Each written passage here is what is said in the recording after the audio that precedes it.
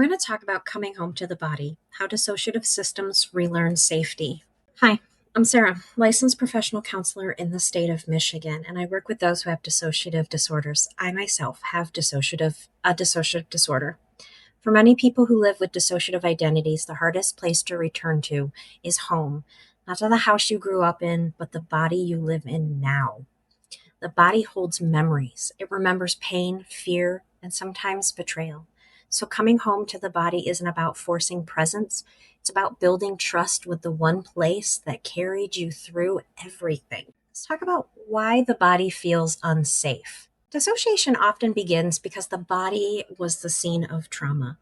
To survive, awareness had to step away. Over time, that distance can become the default. The body feels foreign, even frightening.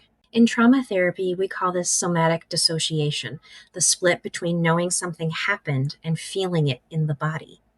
Healing asks us not to relive the pain, but to reestablish ownership, to remind every part this body belongs to us now, and it's safe enough to stay. Starting gently.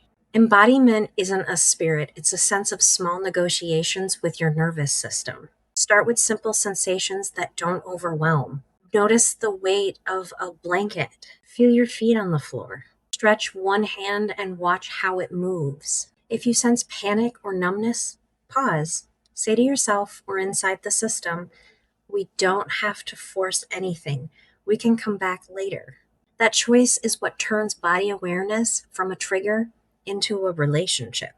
Let's talk about reintroducing safety to the system. Each part has its own history with the body. Some remember pain directly, others associate the body with danger or shame. In therapy, we work to renegotiate ownership, invite every identity to participate in body care, hydration, rest, stretching. Use neutral language like this arm, these legs, until my arm feels safe. Acknowledge boundaries. If touch or movement feels unsafe, honor that signal instead of pushing through it. The goal is not control, it's collaboration with the body. Let's talk about therapists and somatic support. For clinicians, move slow with any somatic work. Orient clients to the room often. Ask permission before suggesting breath or touch. Integrate the body as a source of choice, not exposure. For clients, this might mean trying gentle modalities like trauma-sensitive yoga, mindful walking, or somatic tracking with a therapist's guidance. Always within your window of tolerance, always what you can handle. Let's talk about joy and curiosity as embodiment. Embodiment isn't just pain management. It's also rediscovering pleasure and curiosity. Ask, what does comfort feel like? What color feels safe to wear? How does music vibrate in my chest or other parts of my body?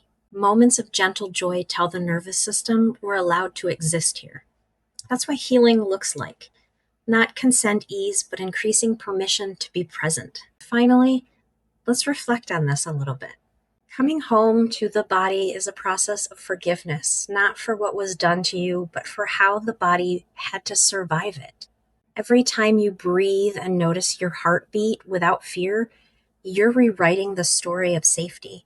This body isn't the enemy, it's the place healing happens. If this has helped you understand how to at least start to connect with your body after trauma, please like, subscribe, and share so others can find gentle trauma-informed education. And if you see yourself in these experiences, reach out to a licensed trauma-informed therapist for support. You deserve to feel safe inside your own skin.